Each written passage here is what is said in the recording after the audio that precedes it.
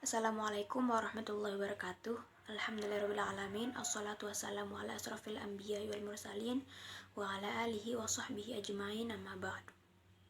Baiklah, kami dari kelompok 10 akan mempresentasikan makalah kami yaitu tentang konsep manajemen kelas menurut hadis Nabi.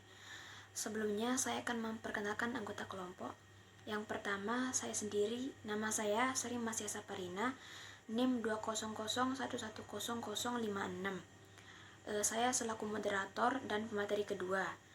Dan yang kedua yaitu Sri Wulandari NIM 200111055 sebagai pemateri pertama. Selanjutnya kita ke pembahasan yang akan disampaikan oleh pemateri pertama yaitu Sri Wulandari. Yang pertama tentang pengertian manajemen. Kata manajemen berasal dari bahasa Latin, yaitu dari asal kata manus yang berarti tangan dan agen yang berarti melakukan. Kata itu digabung menjadi kata kerja manager yang artinya menangani. Manager diterjemahkan dalam bahasa Inggris dalam bentuk kata kerja untuk managen yang berarti mengurus, mengatur, melaksanakan, dan mengelola. Dari kata tersebut muncul kata benda manajemen dan manager untuk orang yang melakukan kegiatan manajemen. Akhirnya, manajemen terjemahkan dalam bahasa Indonesia menjadi manajemen atau pengelolaan. Manajemen itu sendiri dalam Kamus Besar Bahasa Indonesia diartikan dengan proses pemakaian sumber daya secara efektif untuk mencapai sasaran yang telah ditentukan atau penggunaan sumber daya secara efektif untuk mencapai sasaran. Menurut Parker, pengertian manajemen ialah seni melaksanakan pekerjaan melalui orang-orang. Adapun pengertian manajemen dalam arti luas adalah perencanaan, pengorganisasian, pengarahan, dan pendalian atau P4. Sumber daya organisasi untuk mencapai tujuan secara efektif dan efisien. Berdasarkan pengertian di atas, dapat ditarik kesimpulannya bahwa manajemen pendidikan merupakan sebuah upaya secara sadar dan terencana dalam mengelola sumber daya manusia yang di bidang pendidikan. Apabila pengertian ini digunakan, maka bahasan tentang praktik manajemen pendidikan kenabian diarahkan pada pelacakan tentang kebijakan-kebijakan Nabi SAW yang mengarah pada pengembangan sumber daya manusia dalam bidang pendidikan melalui 4 proses dasar manajemen yang akan disampaikan oleh teman saya. Baiklah, saya sebagai pemateri kedua akan melanjutkan penjelasan dari saudari Sri Wulandari yaitu tentang hadis-hadis tentang manajemen pendidikan. Pada dasarnya, hadis tidak menyediakan bentuk operasional dan praktis mengenai manajemen pendidikan.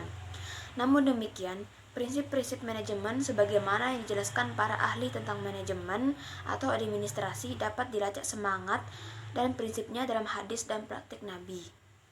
Ada 4 prinsip dasar dalam manajemen atau manajemen pendidikan. Yang pertama yaitu planning, perencanaan. Yang kedua organizing, mengorganisasi. Yang ketiga yaitu actuating, menggerakkan. Dan yang terakhir yaitu controlling, mengawasi.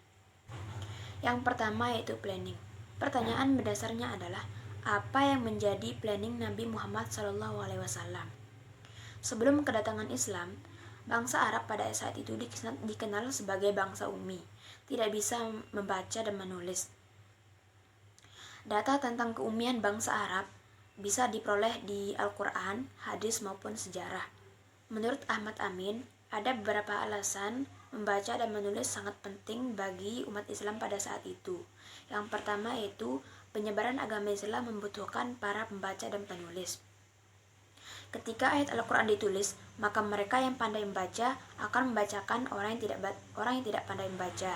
Kedua, Islam menyebarkan ajaran-ajaran yang ada pada masa Nabi sebelumnya kepada masyarakat Arab. Selain itu, Islam juga menjelaskan hukum tentang nikah, talak, aturan hidup bermasyarakat, dan ekonomi. Yang kedua yaitu organizing. Mengorganisasi dipahami oleh para ahli manajemen sebagai menempatkan orang tertentu pada posisi dan jabatan yang tepat, sehingga tujuan dan target organisasi dapat tercapai. Dalam praktiknya, Nabi sering melakukan prinsip tersebut. Dalam dunia pendidikan, misalnya, beliau memerintahkan Zaid bin Sabit untuk belajar bahasa Ibrani, bahasa umat Yahudi, dan bahasa Suryani, dan tidak memerintahkan sahabat lainnya. Padahal, pada saat itu sudah ada beberapa orang sahabat yang pandai membaca dan menulis yang masuk dalam jajaran para penulis wahyu. Namun demikian, Nabi hanya memilih Zaid bin Sabit dan tidak memilih yang lainnya. Dalam riwayat dan hadis menunjukkan hal tersebut, yang artinya yaitu, dari Zaid bin Sabit berkata, Rasulullah berkata kepadaku, telah datang kepadaku surat dari masyarakat luar, dan aku tidak suka seorang pun membacanya. Maka bisakah kamu mempelajari bahasa Ibrani atau Suryani? Zaid menjawab, saya mampu mempelajarinya dalam 7 malam. Yang ketiga yaitu actuating. Dalam manajemen, actuating dipahami sebagai seorang pemimpin yang mampu menggerakkan bawahannya, pengikut ataupun anggotanya untuk melakukan sesuatu sebagai tujuan untuk melakukan organisasi tersebut. Yang terakhir yaitu yang keempat, controlling. Mengontrol dengan cara menguji untuk mengetahui sejauh mana penguasaan anak didik terhadap materi yang disampaikan guru merupakan bagian penting dalam pengajaran. Selain itu, anak didik mempertanyakan apa yang belum dipahaminya dari materi yang diajarkan guru, termasuk bagian pengajaran yang juga tidak kalah dalam menjelaskan hadis.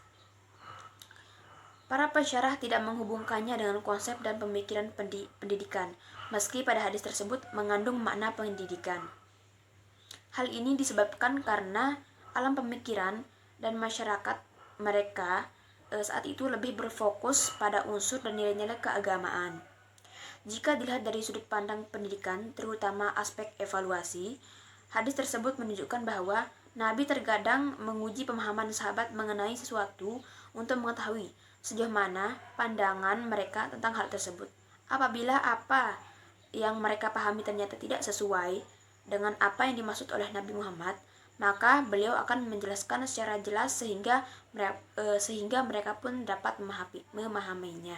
Baiklah, kesimpulan dari makalah kami adalah apa yang dilakukan Nabi Shallallahu Alaihi Wasallam berkenaan dengan pendidikan pada dasarnya mengandung prinsip-prinsip manajemen pendidikan modern.